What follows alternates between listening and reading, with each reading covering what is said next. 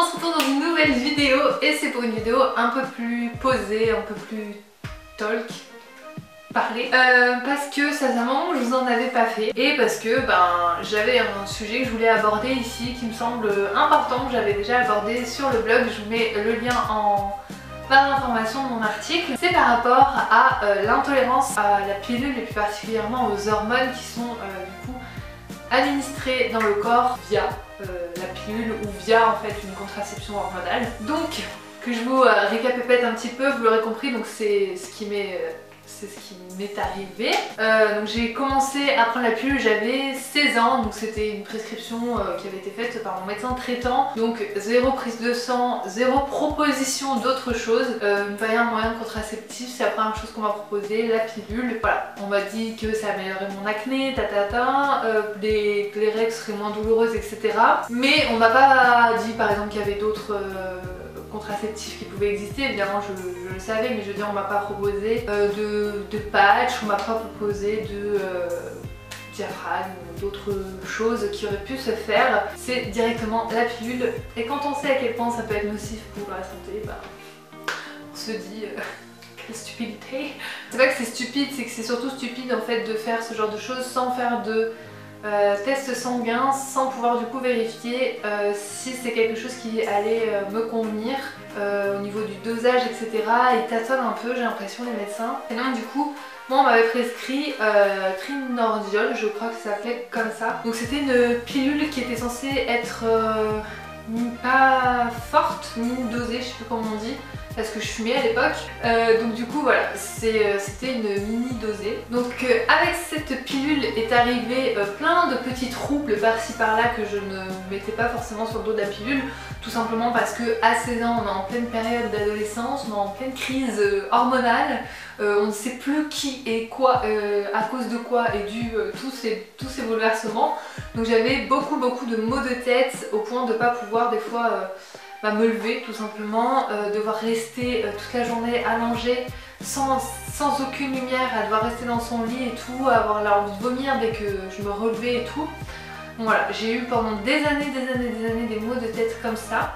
J'ai également pris beaucoup de poids, alors c'est arrivé en même temps que la pilule, mais j'avais également une alimentation bien naze, donc peut-être que c'est aussi arrivé au moment où mon corps a décidé qu'il allait arrêter d'autant éliminer, parce que j'avais arrêté le sport en même temps d'ailleurs. Avant ça je faisais de la natation synchronisée, de la natation de compétition, donc j'ai fait ça pendant 7-8 ans et forcément j'ai arrêté ça du jour au lendemain, donc j'ai évidemment arrêté d'avoir le même métabolisme et je me nourrissais toujours aussi mal. Mais la pilule m'a fait, on va dire, gonfler plutôt. Entre autres il y avait également la fatigue et un autre point que j'ai vu ça mais bien par la suite, c'était la perte de libido, mais ça arrivait un peu plus tard, au bout de peut-être 2 ans de traitement, quelque chose comme ça. Donc tous ces petits symptômes n'ont évidemment jamais été énoncés lorsque l'on m'a prescrit ma pilule. Jamais on m'a dit la pilule peut avoir tel symptôme sur votre corps, peut provoquer telle chose, etc. Jamais. Et ça c'est quelque chose que franchement je ne comprends pas. Bien déjà qu'à 16 ans c'est un peu compliqué la vie, hein. On comprend rien à ce qui se passe dans notre corps, mais en plus de ça on vous alerte pas sur des choses qui pourraient arriver et ça peut permettre en fait tout simplement de se poser beaucoup moins de questions, de moins se remettre en question et de se dire est-ce que vraiment j'ai fait quelque chose de mal, qu'est-ce qui se passe, est-ce que je suis malade, est-ce que j'ai des problèmes. Voilà, si j'avais su que c'était des symptômes liés à la pilule, ma fatigue par exemple, je me serais peut-être beaucoup moins posé de questions, moins auto-flagellée à me dire que des matins j'étais fainéante ou quoi, alors qu'en fait c'est juste que j'en pouvais vraiment plus. Donc au bout d'un moment, après une prise de poids de plus de 15 kilos, j'en ai eu marre et j'ai demandé à ce qu'on me change de pilule en me disant que peut-être ça allait changer quelque chose. En tout cas j'ai pris un rendez-vous avec une gynécologue, je lui ai expliqué tout ça et elle m'a dit on va essayer une autre pilule pour voir si ça va changer. Donc on m'avait prescrit Lilou pendant, je l'ai gardé quoi, 2-3 mois. Je l'ai pas gardé longtemps parce que je crois que ça a été encore pire, j'avais encore plus de migraines. J'avais encore pris du poids et je voyais tout simplement que ça me convenait pas. Celle-ci était plus forte et pourtant j'avais plus de symptômes de règles, j'avais plus mal au ventre, rien n'allait quoi. Par la suite j'ai donc demandé à ce qu'on arrête la pilule parce que j'en avais juste marre en fait tout simplement, et on m'a proposé de me poser un implant contraceptif, donc ce que j'ai accepté après avoir fait quelques recherches sur internet. Donc un implant, si vous savez pas ce que c'est, donc c'est un corps étranger qu'on va implanter dans le bras ici. D'ailleurs la meuf elle me l'avait super mal foutu, j'ai toujours la cicatrice et tout, enfin... Et encore moi je suis chanceuse. J'ai vu des femmes à qui c'est arrivé que l'implant migre ailleurs dans le corps, et si j'avais su ça avant de me le faire poser, je ne suis pas sûre que j'aurais accepté. Mais ouais, certaines personnes ont retrouvé leur implant ailleurs en fait que dans le bras, donc c'est un petit peu problématique. Donc moi je me suis fait poser cet implant sous promesse que ça allait aller mieux puisque ce n'était plus la même hormone qui était émise dans le sang. Avec une pilule contraceptive, il me semble que c'est des oestrogènes, et il me semble qu'avec l'implant c'est des progestérone, mais je ne suis pas sûre, je mettrai ça sur l'écran pour être sûre de ne pas vous dire de bêtises. Donc voilà, on m'avait promis monts et merveilles, comme quoi j'allais reperdre du poids du coup, comme quoi ça n'avait rien changé à mes maux de ventre, j'allais toujours ne plus avoir de douleurs de règles, etc. Mes maux de tête allaient disparaître, que je serais moins fatiguée, sauf que ça n'a pas du tout été le cas. Donc l'implant, le principe c'est qu'il vous diffuse du coup des hormones en permanence, contrairement à la pilule que vous prenez, et que en fonction de la pilule que vous avez évidemment, vous pouvez arrêter pendant la période de vos règles, ou alors c'est que c'est une pilule que vous continuez mais qui n'est pas dosée en fait, pour que juste pour pas que vous l'oubliez. Mais là le but c'est d'avoir des hormones en continu en fait, comme un stérilet hormonal. Donc le principe est également que vous n'avez plus vos règles, comme quand vous prenez une pilule en continu, vous n'avez plus vos règles, là c'est pareil. Donc pendant 9 mois je n'ai plus eu mes règles. Je l'ai bien vécu, j'étais pas comme... Il y a beaucoup de femmes qui disent oui c'est pas naturel, faut que ça se libère, que ça sorte, etc. Moi je l'ai pas vécu comme un je ne suis plus une femme, je devrais pas faire ça avec mon corps, j'ai juste bien vécu le fait de pas avoir de règles en fait.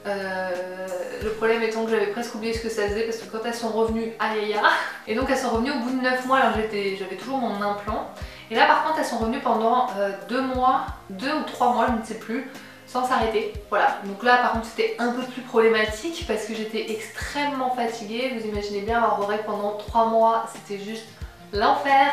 J'avais très mal au ventre, comme si je n'étais pas sous contraceptif hormonal. J'avais très mal au sein, les seins hyper douloureux qui gonflaient et tout. Enfin un truc assez sympatoche. Et j'avais toujours mes migraines, toujours ma fatigue, etc. Donc évidemment vous aurez compris que ça ne fonctionnait toujours pas. En plus de ça j'ai pris 8 kilos supplémentaires, donc j'en avais juste marre. Donc j'ai fini par dire stop. Et pourquoi j'étais pas passée avant ça à quelque chose de sans hormones comme le stérilet en cuivre? Tout simplement parce que n'ayant jamais eu d'enfant, les gynécologues chez qui j'allais, donc moi j'avais un peu choisi la facilité vu que j'étais jeune et tout, que j'avais pas de gynécologue attitré, enfin c'était compliqué là où j'habitais. J'allais en fait à l'hôpital, je prenais des rendez-vous à l'hôpital, au service gynécologique, et puis voilà, j'avais la même gynéco et tout. Et à chaque fois les gynécos que j'avais me disaient que n'ayant pas eu d'enfant, elles ne pouvaient pas me poser de stérilet. Sauf qu'en fait ces personnes n'ont jamais pris aucune mesure pour vérifier s'il y avait la place, n'ont jamais fait, elles ont fait des frottis comme un rendez-vous basique, mais elles ne se sont jamais posé la question, elles n'ont jamais été voir si ça pouvait aller. Juste elles me disaient vous n'avez jamais eu d'enfant, donc je ne peux pas vous mettre de stérilet. Bien sûr je me suis renseignée de mon côté et je savais pertinemment que c'était faux, étant donné qu'il existe des stérilets maintenant qui soient hormonaux ou en cuivre, qui soient adaptés à des femmes qui n'ont jamais eu d'enfant, qui sont tout petits, et c'est fait pour en fait. Vu que j'en ai eu marre, j'ai fini par essayer de me trouver une gynéco, donc je suis passée par des copines et tout qui m'ont donné le nom d'un gynéco. J'ai appelé pour savoir si je pouvais venir pour me faire poser un stérilet, donc j'ai fini par trouver une gynéco qui m'a dit oui, il n'y a pas de problème, venez, on va faire une consultation, je vais vous ausculter, on va regarder si un stérilet peut passer étant donné que vous n'avez jamais eu d'enfant. Si ça passe, je vous fais une ordonnance et la semaine d'après on vous pose le stérilet. Du coup c'est ce qu'on a fait, elle s'est rendue compte qu'il n'y aurait pas de problème, donc j'avais elle m'a dit vous avez un petit utérus quand même, mais ça passait quoi en fait. C'est des idées reçues en fait que d'anciennes gynécos ont gardé, et en fait elles le transmettent aux nouvelles et c'est dommage, tout simplement c'est dommage. Du coup je me suis fait poser ce stérilet en cuivre et que s'est-il passé? Et ben miracle, j'ai eu un regain d'énergie mais de folie furieuse. Suite à ça, j'ai eu une période acnéique assez poussée, mais parce que bah voilà, fallait que mon corps se réhabitue à ne plus avoir d'hormones qui régulaient tout ça là, et puis c'est passé au bout de je dirais 3-4 mois. Après j'avais plus rien du tout donc c'était bon quoi. J'ai plus de maux de tête, en tout cas je n'ai pas refait une migraine comme je faisais à l'époque où j'avais des maux de tête à cause de ma pilule. Jamais de ma vie. J'ai eu des migraines à avoir envie de vomir, à être pas bien, devoir aller me coucher, etc. Mais au point où, enfin dans l'état que j'étais à cette période-là, non, jamais j'en ai eu. Donc c'était bien à cause d'une intolérance hormonale et pas juste parce que je faisais des migraines. Donc ça déjà, j'ai perdu beaucoup de poids. Déjà si vous me suiviez sur ma chaîne à l'époque, vous le savez que j'ai perdu beaucoup de poids. Alors le truc c'est que j'ai commencé mon végétarisme / végétalisme un peu en même temps. On va dire que je suis devenue végétarienne, végétalienne. Je dis tout en même temps parce que c'était à 3 mois près en fait. Peut-être 4, 5, 6 mois après avoir arrêté la pilule et avoir commencé le stérilet en cuivre. Donc forcément mon végétalisme a pu aider parce que je me suis mise à manger correctement. En fait j'ai arrêté les fast-food, j'ai arrêté la mauvaise bouffe. Je me suis ouverte à une alimentation plus végétale et plus équilibrée, donc peut-être que ça a joué. Toujours est-il que juste après avoir arrêté la pilule, déjà en un mois, j'avais perdu 5-6 kilos en un mois.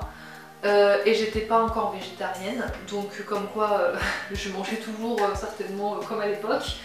Et j'avais quand même perdu 5-6 kilos. Donc c'était bien dû à enfin pas tous les kilos, parce qu'il y a aussi, j'ai eu des problèmes de TCA pendant des années. Voilà, et il y a d'autres choses qui ont fait que, mais une partie de mes kilos en trop était due en fait à cette prise d'hormones. Et bien sûr ils ne m'ont jamais diagnostiqué, j'ai jamais eu de mots écrits d'une jolie petite main avec une petite signature me disant vous êtes intolérante, voilà, ça n'a jamais été acté ou quoi.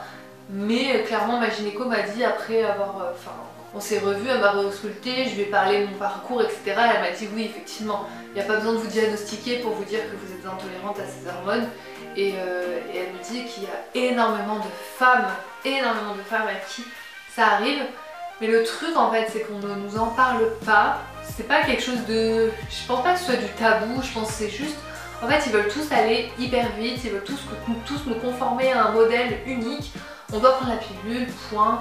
Ça empêche de devoir penser à 10 000 examens à faire, c'est plus simple. C'est remboursé par la sécu, enfin vous voyez c'est... Voilà. Vous avez des problèmes d'acné, vous avez des problèmes de douleur, de règles, on va vous dire prenez la pilule et puis c'est tout en fait. Je pense que c'est rentrer dans les mœurs, c'est se casse plus la tête. Et malheureusement il y a beaucoup de femmes comme moi qui ont souffert et qui souffrent encore certainement de ce problème là. Et je fais cette vidéo parce que je me dis que peut-être vous allez vous reconnaître, peut-être vous allez vous dire mais effectivement moi aussi j'ai souvent mal à la tête, mes règles c'est un enfer, j'ai mal au sein et tout, enfin des trucs, des symptômes assez douloureux. Et des fois on ne se dit pas forcément que c'est lié en fait à notre prise de pilule, je veux dire mes maux de tête, je ne me disais pas que c'était lié à ça. Et quand je parlais de la libido en fait je me suis surtout rendu compte quand je me suis mis au stérilet en cuivre, je me suis rendu compte qu'en fait la pilule atténuait énormément ma libido au point que des fois, que je pouvais passer des mois à pas avoir envie en fait. J'avais envie mais c'était pas la folie. Et quand j'ai commencé le stérilet, mais rien à voir en fait, rien à voir. On retrouve une libido vraiment normale et ça fait du bien. Alors les inconvénients bien évidemment c'est la pause qui est plutôt douloureuse, surtout si vous n'avez jamais eu d'enfant comme moi. C'est une pause qui est douloureuse, j'ai souffert. Pour ce qui est des symptômes de règles, après c'est pareil, ça accentue les douleurs de règles, donc j'avais très mal au ventre, des grosses crampes, etc. Mal au sein, tous mes symptômes prémenstruels que je pouvais avoir avant étaient quadruplés. Parce que je pense qu'avec les hormones ça devait me les... Je sais pas, ça devait me les baisser. Je me rendais pas compte que j'avais autant de sautes d'humeur, je me rendais pas compte que je pouvais avoir des périodes de dépression, je me rendais pas compte de tous les spermes qu'on peut trouver en fait. Moi j'en avais tout un éventail qui est arrivé quand j'ai commencé à stériliser en cuivre. Et je me suis rendu compte que certainement les hormones agissaient beaucoup dessus et me les calmaient. Alors c'est sûr que si c'est pas des choses que vous voulez vivre tous les mois, que vous n'êtes pas prête à essayer de vivre avec ça, c'est compliqué. Mais moi j'ai appris à vivre avec. Et voilà, je préfère me dire en fait qu'une fois par mois, ben, je vais avoir mon petit coup de mou à cause de mes règles, mais que je m'empoisonne pas la santé avec toutes ces hormones plutôt que l'inverse. Et je suis bien mieux aussi au quotidien maintenant, sans maux de tête et sans fatigue extrême. Je veux dire, avoir mal au ventre pendant une semaine, ça reste gérable. Évidemment, je sais que c'est pas offert à tout le monde, qu'il y a beaucoup de femmes qui ne peuvent pas prendre cette option, notamment les personnes qui souffrent d'endométriose, qui sont obligées d'être sous traitement, qui sont obligées d'être sous hormones en fait.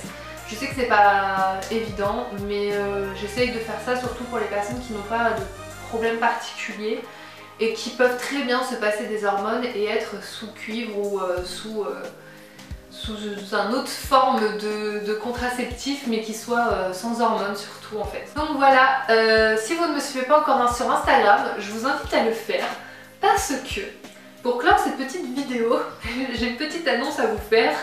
Donc si vous êtes resté jusqu'au bout, je vous laisse me mettre un smiley, enfin un petit emoji bébé dans les commentaires. Parce que oui, ce que j'ai à vous annoncer, c'est donc que je suis enceinte de mon premier enfant. Donc mon chéri en a déjà 2, et moi ce sera donc mon premier et je suis enceinte, je viens de rentrer dans mon 4e mois à peine, je suis à 14 semaines. Et voilà, tout se passe très bien, donc je vous invite à aller voir sur Instagram si vous voulez voir mon petit bidou.